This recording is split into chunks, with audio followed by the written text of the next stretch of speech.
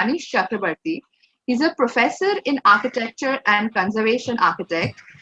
He's the director of Continuity, founded in 2000, which is one of the leading historic building consultants. He has also worked as a consultant to World Monuments Fund, National Museum of Denmark, Asian Development Bank, and Archaeological Survey of India.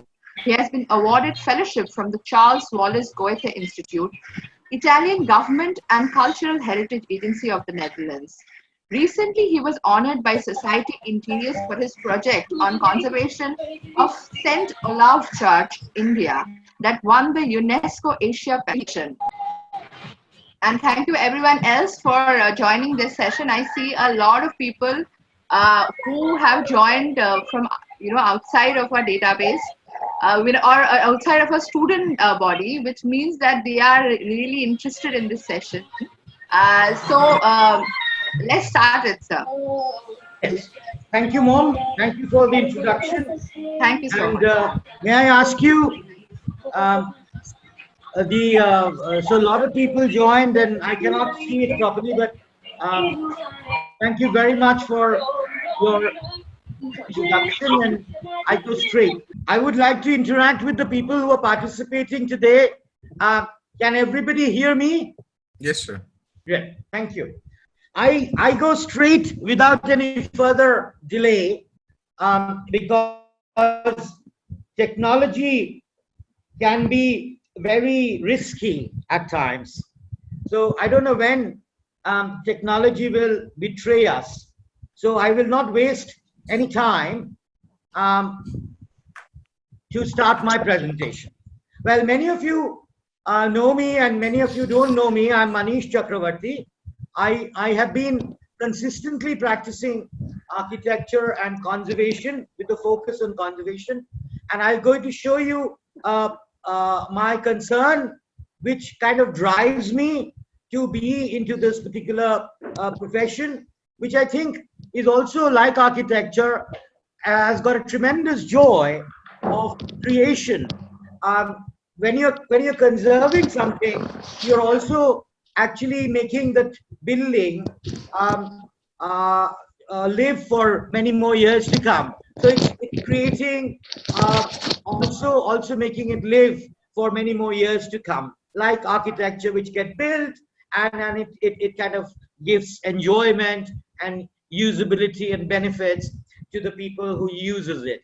And so I see a lot of kind of commonality between architecture. I say this in particular because there is no apparent contradiction between architecture and conservation. In order to conserve old buildings, you need to be an architect or an engineer, and many other professions, of course, which actually is a collaborative work that goes into conserving a building. Our historic urban districts are under tremendous pressure of space, and this pressure, I don't know, maybe it is out of pressure that is being very created pressure or not, but often under this pressure of unprecedented growth and requirement for space, for development, and infrastructure, we have been very constantly destroying our existing buildings. We have done that historically. In Dalhousie Square, we see that Dalhousie Institute on the right bottom, and that was a wonderful building that was there in the early 19th century, which was only replaced by Telephone Bhavan in that same location. And that axis that I show on the map is an axis between the Governor House and the Writers' Building, and the Telephone Bhavan, that tall, big Telephone Bhavan, came right bang on to disturb that axis. We have been not very happy with the size of the building. We needed more, and we broke the Bank of Bengal, which was earlier called the Imperial Bank. And while this bank was getting demolished, I was in Scotland, and my good friend Craig Wilson was very proudly showing me Bank of Scotland. So we built in its place this kind of a building. Some arches trying to say that it's, we have been very sensitive about our architecture, but it's actually very cliche and pastiche to begin with. We have also not spared our educational institution. This was the Senate Hall on College Street, and we broke this building and we built that university building in its place, which we all know. And that's the kind of architecture that we built in the place of the Senate Hall. And we have been constantly doing this, which has been another destruction in College Street. That used to be a wonderful College Street market, which got demolished, which was very sound and working perfectly all right for the people. And the whole idea was to make another market with books and other shops. So another building was proposed called Borno Porichoy in its place, which never actually took place. And now it kind of stands unexposed, partly broken, partly incomplete, and so on. This was designed by a very blue-eyed boy of the developer from Mumbai called Hafiz Contractor. And I don't know why he had to conceive a proportion and form like this, which has no bearing on Calcutta's character and architecture. To me, the building seems to be gripped by profit, motivated, greedy, developmental initiative. And the city seems to be constantly under sail. We are constantly sailing our city at the expense of losing our character and deteriorating our city's conditions. The destruction has been primarily caused by development and infrastructure. There has been other human activities that destroy it, and also the management and legal issues, which kind of doesn't give enough protection for the conservation or retention or protection of these buildings. So in this presentation of mine today, I would like to kind of try to show my projects that I worked on and how we can do a paradigm shift from this, which the developer call as a liability and therefore they had to go, into an asset. How to demonstrate that these buildings can also perform today's functions, today's economics, and so on and so forth. And we talk about what are the principles and methods and protocols for conservation, because that has to be known, because it is very important that we know the nuances, the technicalities about conserving a building, instead of just saying that, we are doing a developmental work and we are doing conservation. And so it is very important to know what are the principles and methods and protocols for conservation before we kind of talk about marriage of conservation and development. So in this presentation, we would like to talk about the conservation principles, and we talk about the conservation projects, and kind of drive home the idea that a conservation is another form of development. What are the guiding principles in conservation of built heritage? We have to kind of respect, when we look at a building which we want to conserve, we want to look at the documentary evidence that we can find. It should be based on historic documentation.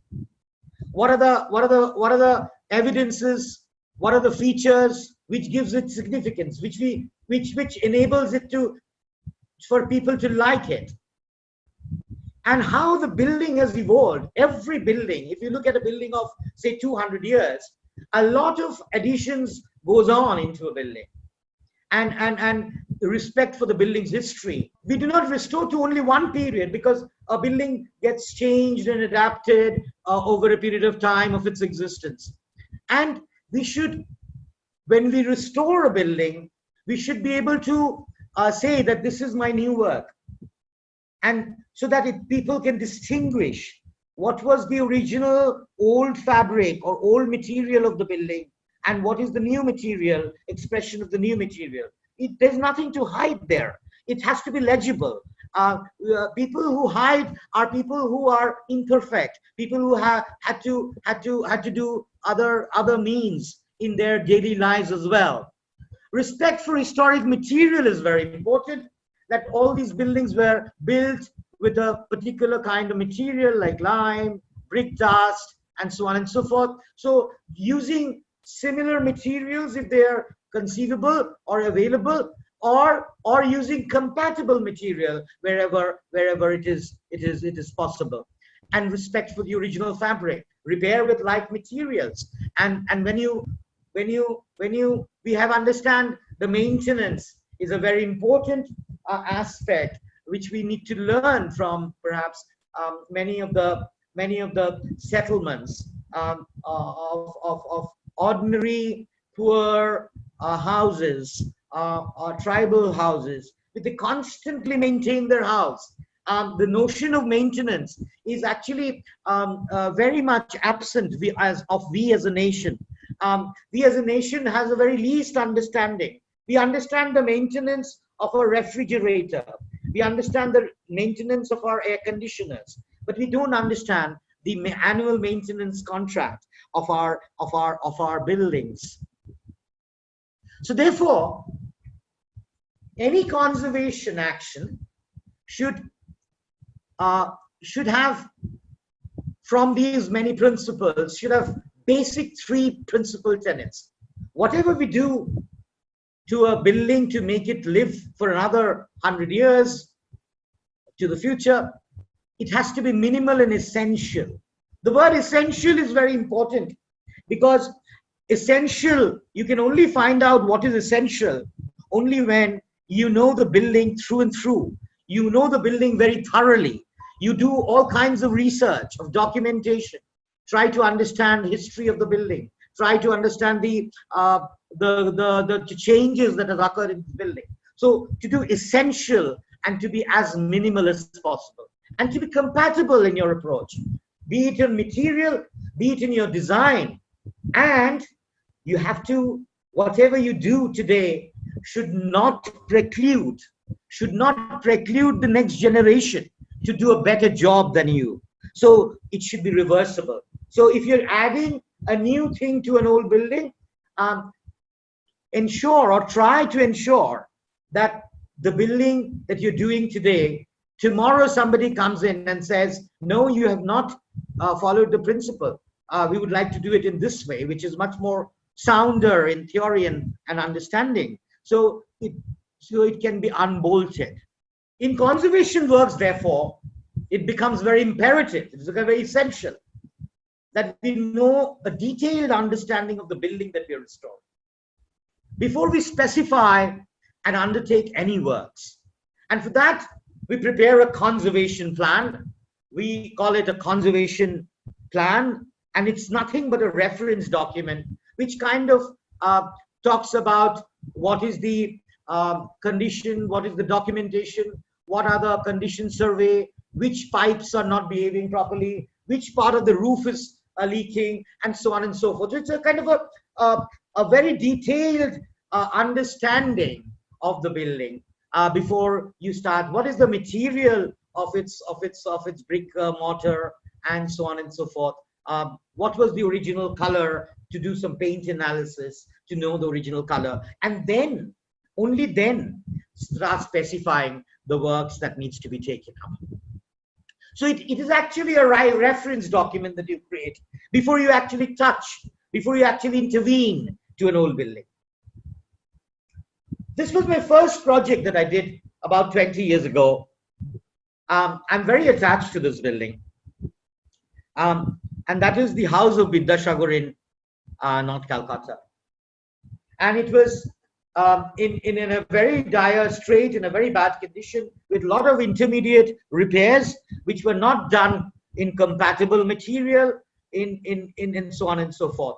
So wherever the repair which was done, the money was spent in repairing it, was actually giving way much faster, deteriorating much faster, because the compatibility was at question. So this was the house.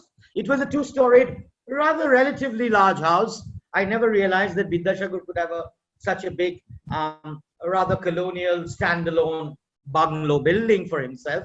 But this was his fifth building, because by the time he came to this building, he had 35,000 books. And he, prior to this, he was living in all tenanted accommodation in Bara Bazar, in North Calcutta, parts of North Calcutta, before he took permission from his father to buy this house. And this is where all his relatives and friends from Midnapur used to come to Calcutta and stay on the ground floor, while he used to stay on the first floor. This was under tremendous litigation when I went in, and the government of West Bengal, the then time, paid a huge amount of cost to fight the case against the tenants, and actually make them recover the building for its reuse. Department of Higher Education gave money for its repair, and we kind of studied the building, we repaired it with the same material, and so on and so forth. Wherever we were removing this members of the supporting roof, if we generally, the erosion takes place at the bearing portion at the two ends of the walls of these beams. If you cut the remaining bearing portion, which inserts about, say, 6 inches into the wall, which gets corroded and cannot take the load any further, if you cut it, it becomes short of the span. So either you add another piece, bolt it nicely, and you reuse it, or look for another space which has got a lesser span, where this particular recovered wooden beam can be reused. So it's a kind of a judicious choice, and you can only do that provided you know each and everything about that building. So this was restored. We only had a little portion of the middle portion of the cast iron grill. We got it manufactured and continued the entire stretch of the balcony, and it goes very well with the architecture of the surrounding buildings. As you can see, the neighboring buildings with the same kind of cast iron grills. So it doesn't say that look at me, and it kind of synthesizes very perfectly, and it kind of sits very well within the locality. And the louvers that is also there in the neighboring buildings were also added on with this stained glass made by one of my very close friend called Tandra Chando, who did this stained glass on the louvers of the veranda of Vidyasagar. So that was the reversal that we could achieve in a very short period of time at a very low cost. It was roughly around 10,000 square feet, 5,000 square feet, and the total cost was about 10 lakhs. So it was about 500 rupees per square foot. So conservation is viable. You can actually don't discount an old building saying that it is not useful anymore. It can be more advantageous, more less expensive to give it a life for many more years to come. So that's the bit of a fact file. The total area was about 5,000 square feet. It took about 11 months, and including electricity and plumbings, it was 15 lakhs. I've done many other residential buildings, and this is an interesting building that was about to be destroyed by a very big corporate who runs the tea company called Goodrick Tea. And we restored this building. It was about 5,000 in each floor, which is double the size of Vidyasagar. And the corporate heads realized It's still a company which is 51% owned by a English company called Camellia PLC. And while the group is as a whole is an Indian company, and so the group chairman comes 3 or 4 times a year with his other higher officials, and they generally put up in Grand Hotel for a consecutive 7-10 days. So it was the group chairman's decision in the UK to restore this building instead of building another building, which would not have been possible to build as one on the right hand side so big. And we restored it, and he need not go and stay in Grand Hotel. He can stay here and entertain as well. So we kind of restored the staircase, which was lying in a shamble. It was kind of opened, and largely the roof was not there. So we continued the same method of construction, but we didn't use wood. We used steel, and we used the arresters, so that and on the top of that we used wooden beams, wooden runners, and on the top of that we use tiles. And these arresters are so that the tiles do not move from each other's positions. And that we could create the inside so beautifully and so aesthetically that it is a wonderful space that gets regenerated much better than the suite of much better and bigger and spacious than the Grand Hotel rooms. So this became a master bedroom, and this balcony became beautifully done with an outdoor space, with a non-air conditioned space that was purposely kept as a non-air conditioned. Learning and practicing the principles is much easier on a building which is not under pressure of development. One such form of buildings are churches. Nobody destroys a church, or for that matter, any religious buildings. So I was very fortunate to be in a position to restore many churches, one even in England, and that really helped me to work with the principles more closely, and not get what should I say? Not get carried away by the argument of developmental pressure. Like this was the first cathedral of Calcutta, St. John's Church. It was very bad. It was getting very deteriorated and bad in condition. The trees were looming large over the steeple. So the World Monuments Fund gave us a very discreet amount, very small amount of $75,000 10 years ago, and we restored the outside, including the steeple.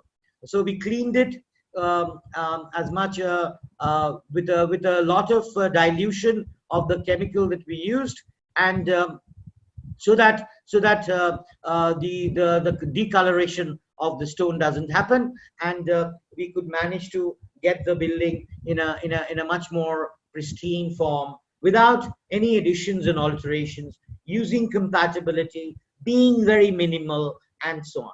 And that was the interior of the St. James Church, which was a lot of rising damp that you can see, and that was addressed very effectively by draining and by injecting chemicals, primarily the silicones, and create a hydrophobic zone, because the old buildings do not have a plinth protection that we generally give for new buildings. So you need to create a post-construction plinth, which is nothing but a hydrophobic layer, which doesn't allow the water rising from the soil to climb beyond a certain height. And that was created a very beautiful space at a very, very modest prices and cost. And that is very important to note, particularly at this time of the year, at this time of the crisis that we are going in. We need to really weigh our options in terms of costing, and then that will lead us to think alternatives of how to do things how to do a thing in a much more judicious way.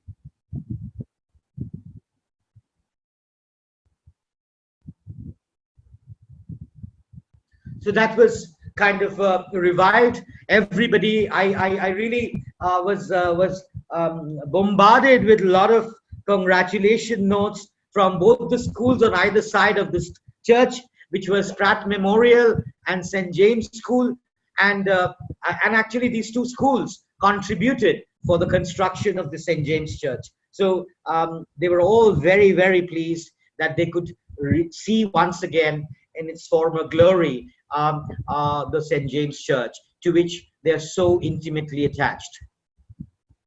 Let us go a little further upstream from Calcutta.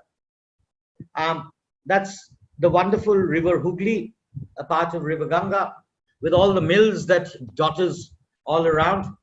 And I was very fortunate to work on a very long-term planning with the National Museum of Denmark. And we worked on two very significant projects with the National Museum of Denmark, West Bengal Heritage Commission, and the district magistrates of the Hooghly for restoration of a very significant church, which we managed to then benchmark conservation, not only in the context of the country, India, but in the context of the South Asia, for which we have been awarded by the UNESCO for conservation of the St. Olaf Church, of the 210 years old St. Olaf Church, which wins the UNESCO award in 2016. So we all might know this church. It's a very important church. It was very important from the point of view of colonial history, of European history on the bank of the river Hooghly, and this was the part by the Danish, and it was kind of restored in its full authenticity because once again there was no pressure that you have to do something, additions, and increase the space and contest it by silly demands of silly demands, occasionally silly demands of more developmental space. And that was in the primary days, it used to actually stand at a very important location of the town, and that is about 200 years old. Spire. The spire is little more than the width of the church, so that it can be actually viewed by the English who were on the other side of the river in Barakpur, which contributed, the English contributed the Danes for making the spire a little taller. So we had great difficulty in actually reaching out and repairing and painting the spire. So that was the condition. Here also the roof collapsed partly and the church was closed.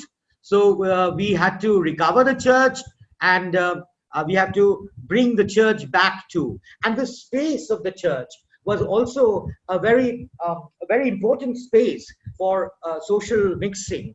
And because Srirampur has got a lot of different cultural denominations and religious people from religious denominations, and this church was very important for all of them during the time of the Christmas festival and Easters and so on. So this was, and the original bell tower on the rooftop, which was all, so it was in a very bad condition. You can see how the sheer crack of the capital of the column was taking place, how the beams were bending, how partly the roof was collapsed, and these freestanding columns, magnificent, majestic columns, were giving way. And we did a huge analysis of the mortar and the tiles and the wooden beams. And we did an analysis. These are the mortar samples that we collected. We also did a understanding of the paint analysis to know what was the original color of the paint before, and then applied, then did the specification. And you can see there was a little bluish tinge on the lime wash that we used inside. This was found to be the original original color from our paint analysis.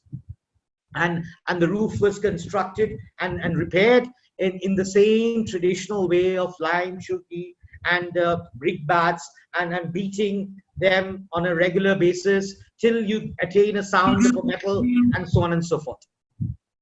And this was beautifully kind of restored in parts, and you know, the construction of the earlier was much more modular and much better to repair. And that's how we, that haystacks on the top of the roof that we restored is a very traditional method of curing our roof, because we shouldn't just cure by flooding it with water. We should ensure that the water which is used for curing the roof, a newly made roof, should be done in a very slow, progressive way, and straw helps to retain that progression. So that was the condition. It was kind of reversed, and it was beautifully enjoyed by all the people who saw the whole process of restoration, which took about 2 years, and it was a big celebration. People from all walks of life, at the day of the inauguration, came forward and really celebrated, including that Mashi, who painstakingly cleans the building even today. This was a very important building. This was a ruinous building. PWD said no to this building. The government of West Bengal were planning to do some other things, and we reversed the ruin into a profitable venture. This was a tavern built in 1790, and it also, like any other building, as I said, went into a tremendous changes, and it was changed beyond recognition, with a lot of debris, a lot of roofs collapsed, and it was kind of a view of a ruin that was never thought that it will ever be of any use. And it created a lot of delinquency around that environment. People used to do all kinds of mischief in and around that place, and it sets in a lot of social evils that around a bad, ruinous environment. And that exactly was the reason we slowly started uncovering and started looking for references, evidences, and features of the building by slowly and gradually. And we managed to even excavate to know the foundation, to kind of tie together like a jigsaw puzzle of what was the original form of the building. And we could gather all these informations. We could research into the library in Copenhagen, in Denmark, which has kept meticulously the documentation of this building. And we all worked together, the police, the department, INTAC, National Museum of Denmark, and everybody, the local councillor, everybody kind of took that as their own personal project. And of course, the craftsmen who were employed to do about 1.5 crore worth money was spent on the woodwork, which was all done and slowly and gradually we could get the original form, and slowly and beautifully this original form. The only change that we did was in the middle. This was a wooden floor, and we felt there was another room after this central hall, and we thought that we should make this central portion, a part of the central portion, open up. So we created an inside balcony like our coffee house, and we thought of using this building as a restaurant and a cafe as well. So we continued the same function. We thought of a compatible function of its reuse, and we converted that into a cafe, and it was the upper floor. So that's the portion that we did, and we used all original lime water and lime plaster, and that was a huge on the day of the inauguration. Everybody wanted to go in. It was a kind of a revival of what they never ever thought, that it can come to this level of use and action. And so that was the balcony, and it sits right in front of the river. So all these people are experiencing the river from the balcony on the first floor. And that's been, now currently this building is being operated by the Park Hotel. It's owned by the tourism department. So there are 6 rooms on the upper floor, and the ground floor is occupied by the cafe, and it's beautifully running, and there's a bakery by the Fleuries on the ground floor at the far corner. And that's the river, and that's the building. So it's kind of complete revival where a lot of rapport building could be achieved.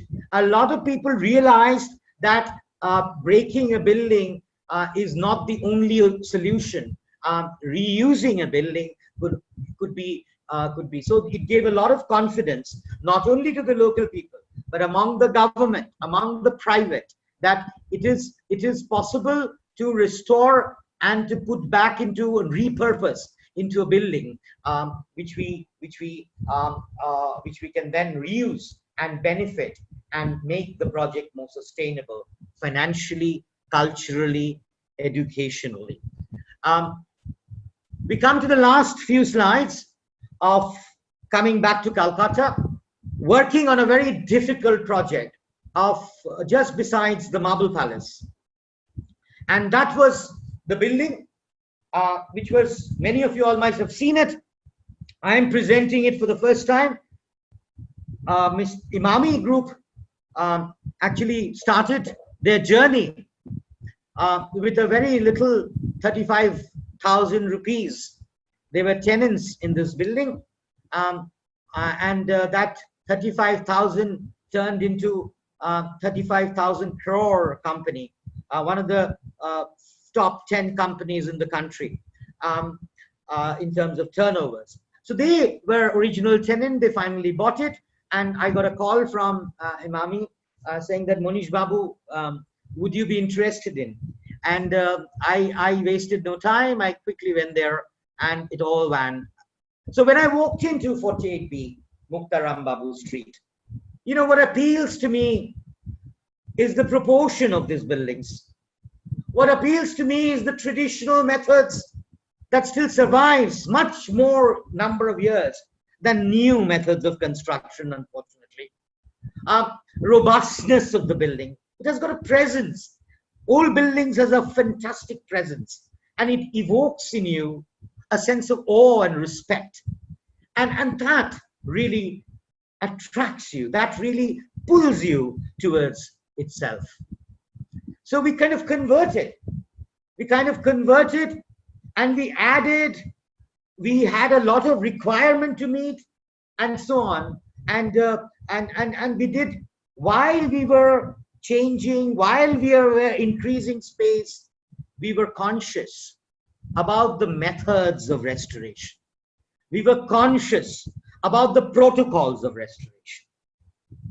And that's the transformation that we did, which were based on documentary evidence, which was based on all the principles that I talked about before. And we drew the plan, and we kind of added the upper floor, which is recessed back because the porch extends in front, which actually cannot be viewed very properly by a man's height when you are standing in front of the building. So this is a little video of that building, which kind of explains what all we did.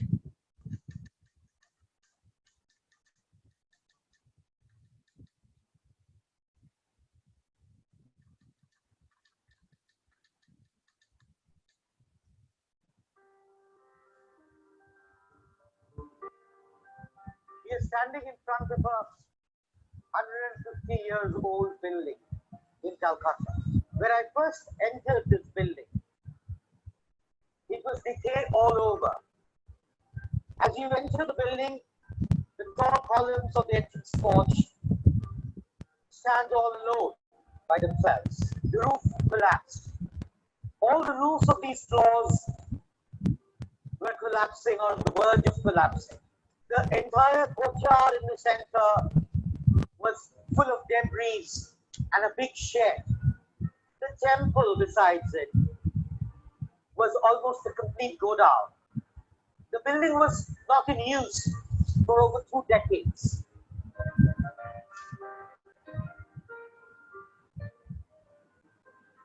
But this building was very significant. It was subsequently being taken over in the 60s by Imami, from where the entire journey of Imami Group and the success story started. The project started with detailed documentation of the building. We documented every floor.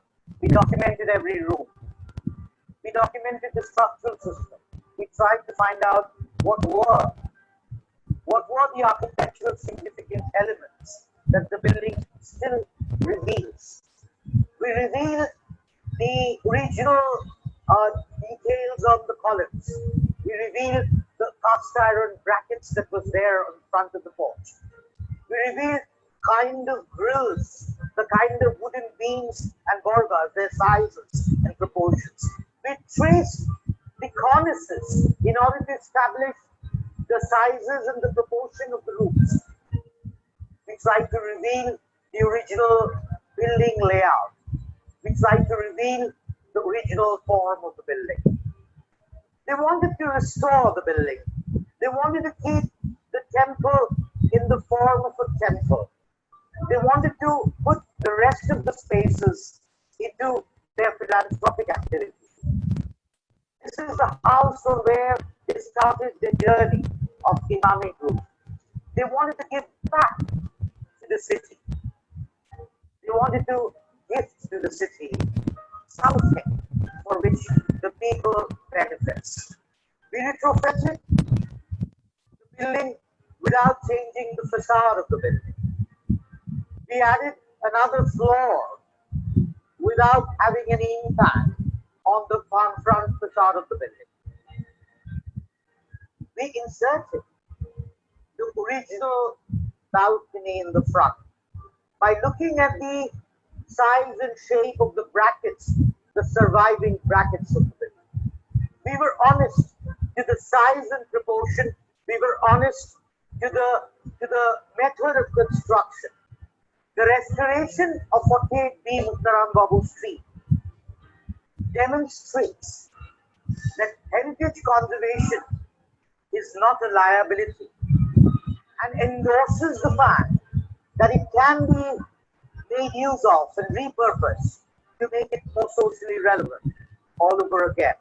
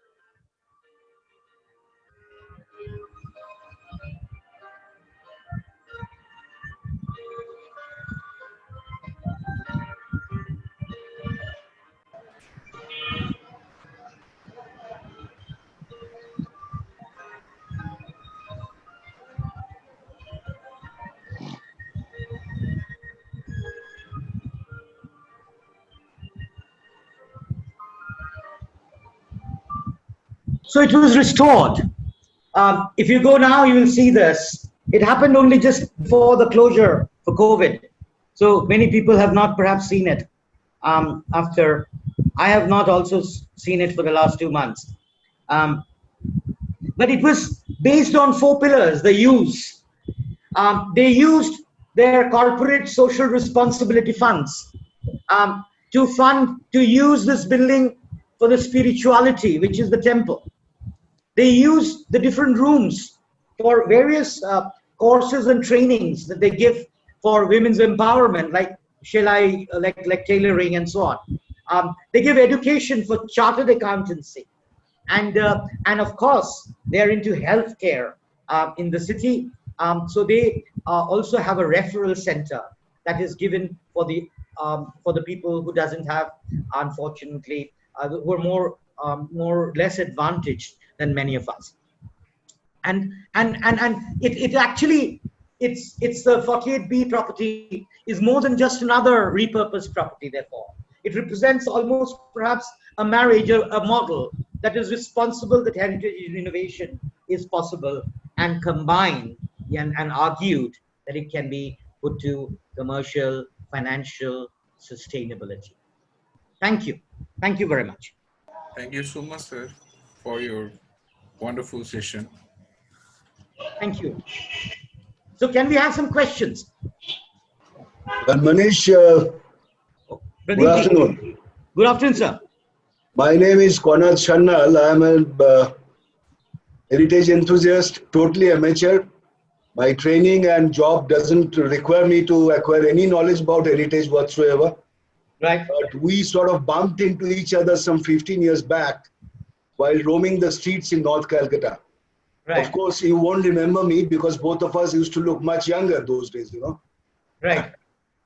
So my question is, what's your take on the socio-economic challenges that face proper restoration of old family buildings, which we see of so many in North Calcutta? You see, I try to give a presentation based on the works that I have done, but uh, I'm aware that social considerations often in order to restore a building, you have to remove a lot of people from. Are you asking that? Socio-economic, yes. Yeah. So What are the challenges that that one or you might have faced yeah, while trying to restore an old I, heritage I, building? I try to say that in many words, that often buildings, old buildings, however beautiful they may be, often get discounted because they cannot, the argument that is put forth is that they are not economically sustainable. So what I'm trying to say that they are, and the government can only create enabling policies that if somebody is having followed, it's very important to realize that you cannot mess around with the protocols for conservation because you're doing an economic activity, right? And so I think having met the conservation methods and protocols, you should be able to demonstrate economic feasibility and economic sustainability and social inclusion. Um, there are abundant of such cases all over the world which has done, and so India and Calcutta is beginning to kind of grasp that idea. So there are a lot of sensitive developers and conscious people like you, who will sure will be able to meet this challenge and bring about a better equitable environment. Okay, let's hope for the best. Yeah. Oh, hello, Manish. Yes. Yes. Sai Yes, from yeah, Bangladesh. Yeah. yeah. I am sorry that I am late little for Yeah. registration and I other didn't show things. my Bangladesh proposal. Yeah. Yeah, I will show perhaps next year. yeah. That I think that I just time I joined with some curiosity and just to having a status of an observer only, not Wow. much more about the Calcuttan Yeah. experience.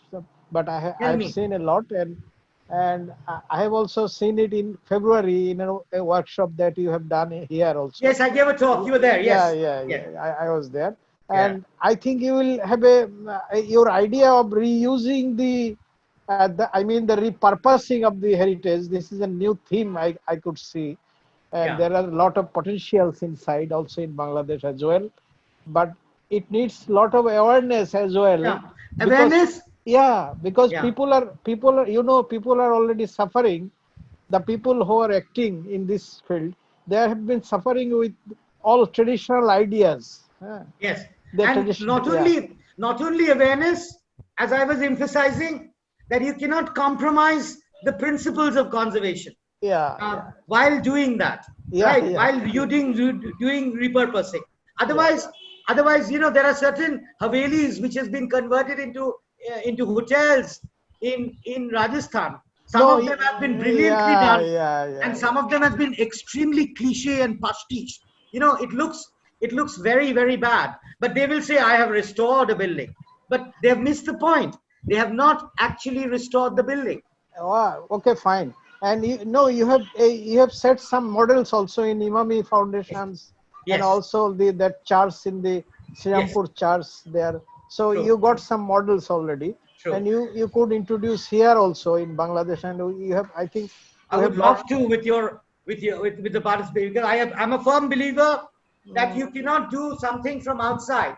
It has to be grown from within, right? No amount of international aid or help actually is of any assistance. The greatest assistance is that the capacity has to grow from within. Yeah. Yeah. So thank you, Manish, to see again. Thank you for coming. Okay. Yeah. Any other, please? Anybody else? I could see Suganya. I could see Bonusridi, Mahfuz. Yes, thank you for your nice presentation. Ashish Pranaji. Yeah. Hello, this is Mahfuz from Bangladesh. Hello, sir. Yes, thank you for a nice presentation. Thank you. And I want to know about the technical things that you applied in your projects, like your mortar and all such things that you incorporated in your projects. Yeah. Kindly just discuss a little Sure. bit. I'm sure there will be similar questions. I'll club together and answer. Any more people? Basudeb Malik from West Bengal Heritage Commission. Many others. Lots of people. Durba. Suganya, I can see. Shekhorda. I could see Shekhorda. Sonia Di. Amira. Sir, your presentation was wonderful. Wonderful, Amira. Thank you so much for showcasing some of your works. Thank you. You liked it? Yes, very much. Same here. Yeah. Sir, it was very nice actually. Hello. Yeah. It was excellent. It was lovely. Hello. Professor from. Hello. Yeah, can you hear me? Yes, I can hear you. Yeah, it was a lovely presentation, but I would love to get into the details and know more about it. Particularly, the Denmark Tavern was very nice, and the other 48B was like a miracle. I mean, unless it's seen, it cannot be really believed. That's it. But similarly to the other person who spoke, I would like to know about the details, how you went about. I'll try to say something. Maybe in another, you can also organize another talk or something to show us how you have documented everything and what are your real specifications of the mortar and other things which you have applied. Sure. Most corporates are not. Hello. Hello. Yes. And they like to come to cultural spaces because in the spaces which become. Somebody asked my email address. My email address is consultcontinuity, all in one word, consultcontinuity@hotmail.com. Okay, Manish, just tell me the real estate development. I am quite interested about real estate development. I'm also interested about heritage development. Okay. So you just tell me this post-pandemic time, how these two can be merged or how these two can be beneficial to each other. That's a very crucial problem will be cropping up the post-pandemic time. Let me answer you in a little philosophical way. This pandemic is pushing us to think, to do certain things in a certain way. The developers also often get pushed by bigger developers. Smaller developers get pushed by bigger developers. And they try to think that, okay, these projects of this scale, I will not be able to handle. People from developers, national developers from Delhi or international developers will come and eat it away. So what will I do? So I compare this pushing factor either by a pandemic or by economic power to make you reflect of what you should do. And if you reflect of how you as a developer working in Calcutta, which is replete with old buildings, you should as a developer work with old buildings. That will be a very important aspect of a developer to work with old buildings. There are already some developers which are doing it in Calcutta. Imami is a developer. It has got a development sector also. Even they could think that this is worth the investment. I know Pradeep Chopra of iLead. I know Harsh Neotia. they are very keen on on this way of recovering and gifting and creating commercial spaces by restoration. If you look at London, there are all kinds of regulations that you cannot develop this, you cannot develop that. And the architects and developers in London has done this wonderfully. They existed doing development and conservation. But what is most important, which I've been emphasizing in my presentation, that by doing development, you should be quite competent and aware of the protocols for conservation. Doing development in an old building without the protocols for conservation can be a disaster development. Okay. Thank you, Manish. Yeah. Excellent presentation. Thank you. Thank you. Okay. Okay. Hi Manish Babu. হ্যাঁ আমি বাসুদেব মালিক বলছি। হ্যাঁ, West Bengal Heritage Commission. Yes, right. It was a wonderful presentation. We are very much enlightened to hear you. Thank you very much. But I would like to know, you were the architect of the government building at Srirampur, particularly on the south gate, and yes, those two. Yes. I could have shown that also. I know that we worked together on those buildings also. Yes. But there were already 100 slides, so, and there was a limitation of time. But I will definitely make an exclusive presentation on Srirampur initiative with Bente, yeah, and with you maybe. Okay, thank you very much. Yeah. Okay. Manish, yes. I'm really awestruck. Seeing your presentation is wonderful. Actually, it's one of the wonderful presentation on conservation I've seen so far. And let me introduce you. That's my brother, eldest brother, Debashish Chakraborti, who is just retired of a director of a R&D lab, DRDO lab from Agra, and now enjoys his free time effectively doing a lot of research and so on and so forth. I think he saw it for the first time because they always felt, what does Manish do as an architect? Yeah. So I think he logged in today. He told me that I logged in because we have been interacting on so many other issues except the professional front of Manish. So I thought that let me have an insight on it, and I'm really, really proud of you, Manish, for this. Thank you. Thank you. Thank you. One thing, being a scientist from DRDO, and seeing a conservation work, which is really, really required for all adaptive reuse of all heritage buildings at one point of time. What I am trying to understand from the scientific point of view, when you do a structural audit of a particular building, will it have a bearing on how long this building will last before you take up the conservation for an adaptive reuse? Yeah, these are all these techniques of assessing the durability and how long a building will last. These methods, non-destructive testings, load testings, and are all available, which are drawn today. The Leaning Tower of Pisa, which is the only source of economy for that country, has got a huge engineering that goes on to retain it in its leaning position, and all kinds of engineering is assessed. So they always monitor the rate of displacement, and there are all kinds of monitoring equipments that are installed there.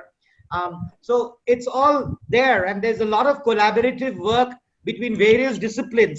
So conservation for pure is for important monuments and national and international and world heritage monuments. A lot of money do get spent on understanding the durability and other things. And there are so those are very much in vogue today. Nice. Like they've got laser techniques to know what is the amount of what should I say, porosity of the structure, which will enable you to deduce how weak or how strong the structure is. Okay, very nice. I actually am very happy to see this. And now I'm sure that you are not going around here and there all the time. not for nothing, some constructive work. Thank you very much. Thank you. Thank you. Thank you.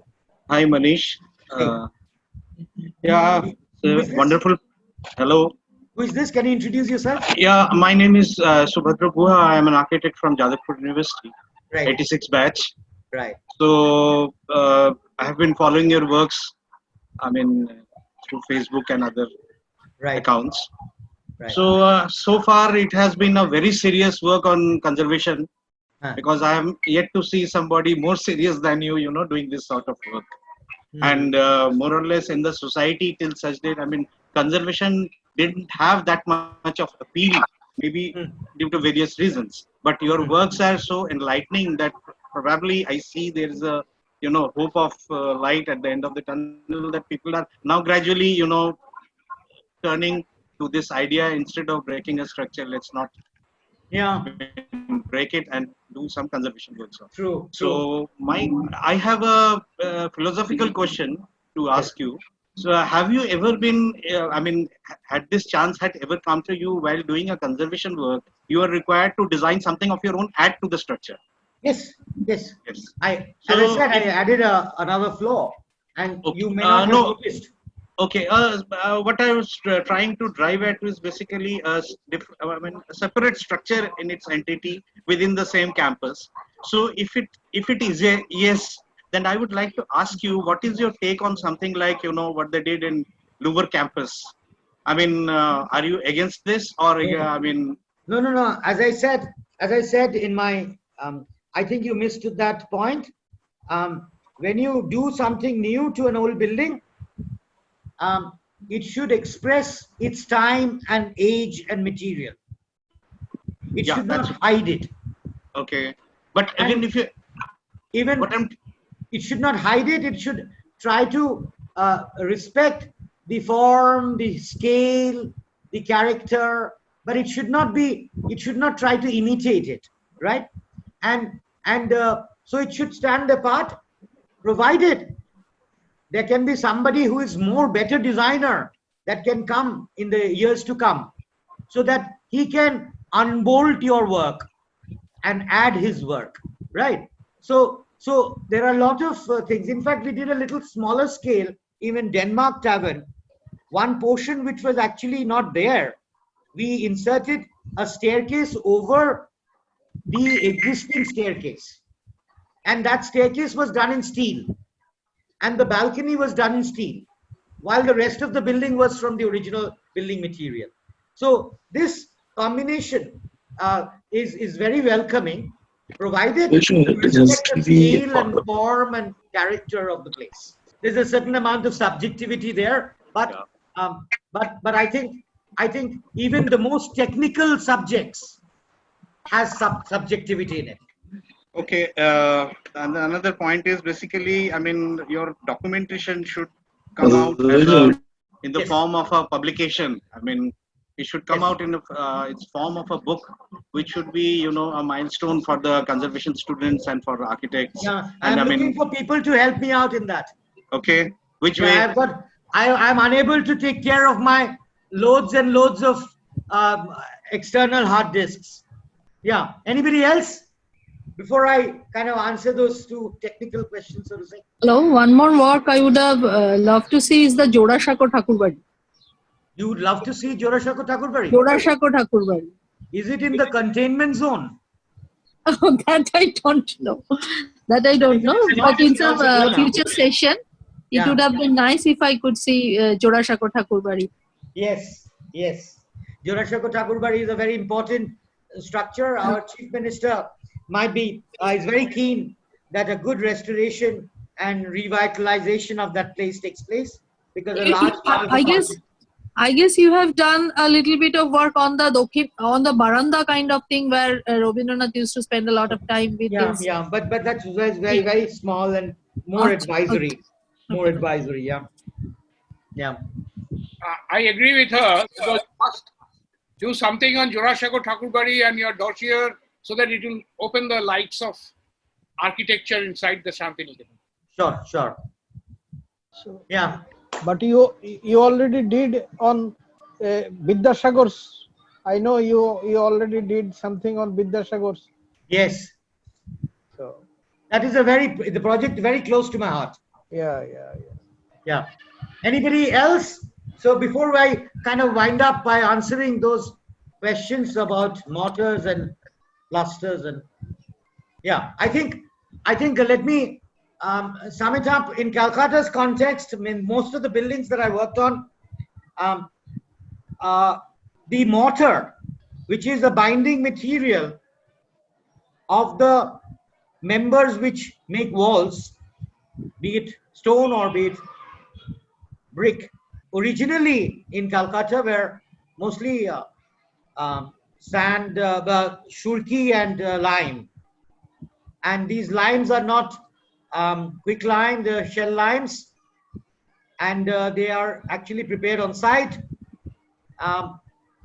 And they are fermented, slaked properly, and then mixed with shurki for mortar and sand for plaster. So general proportion of mortar in Calcutta's buildings of say 1900 or 1850s is for plaster it's 1:3. So high amount of lime in it. And the best part of lime is that the slaking of lime, unlike cement, which gains its maximum strength on the 28th day, lime slakes and carbonates throughout the life of the building. So an old building actually gains strength over a period of time, right? And we generally use 1:3 in the case of most of the mortars and plasters that we have done or tested are 1:3 plaster, and the mortars are 1:3 and 4. But nowadays we also use some kind of a modifications to it, but those are not absolutely necessary, but those are necessary when you are using or thinking about putting more load to a structure. Otherwise they may not be necessary. So some kind of a modified polymer modified mortar are often used in some buildings where the reuse is known from before. And for rising damp, we generally try to create a layer. There are different methods of arresting the rising damp. I know the famous conservation architect of the world, who is no more with us.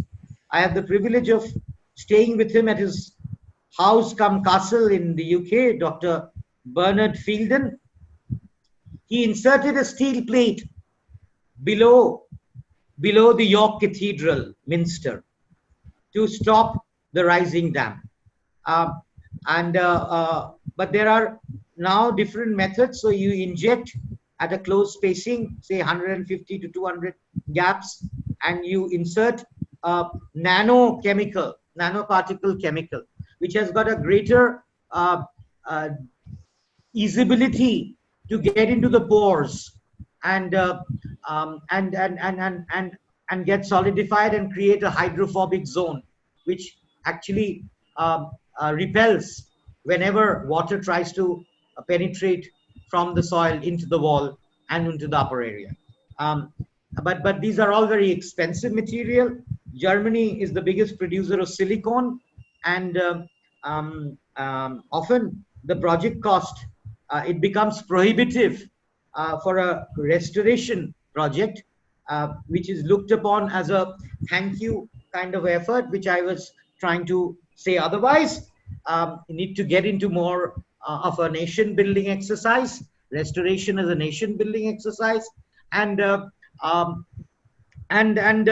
therefore it becomes often very unviable to use such expensive chemicals. They become viable. Suppose you're doing a 40-story building and you use hydrophobic chemicals of silicon on the basement. That's fine. I mean, but it becomes some very minuscule percentage of the overall project cost, but they become very expensive. So there are different traditional methods which can be used. We have used both, and the bottom line is it has to be assessed how much, because we often overdo things, be it in buying shirts in a non-pandemic situation, or be it having food, or we always overdo. So I think we need to, one of the principal lessons that we should learn in this COVID situation is that we do essential things. We don't overdo things. Thank you. Thank you, sir. Thank you. So I take permission to leave. Thank you so Thank much. you. Thank you. Thank you to everybody who could spare some time and be on my talk. And I'm very happy that you all liked it. Thank you. Thank you. Thank you, sir.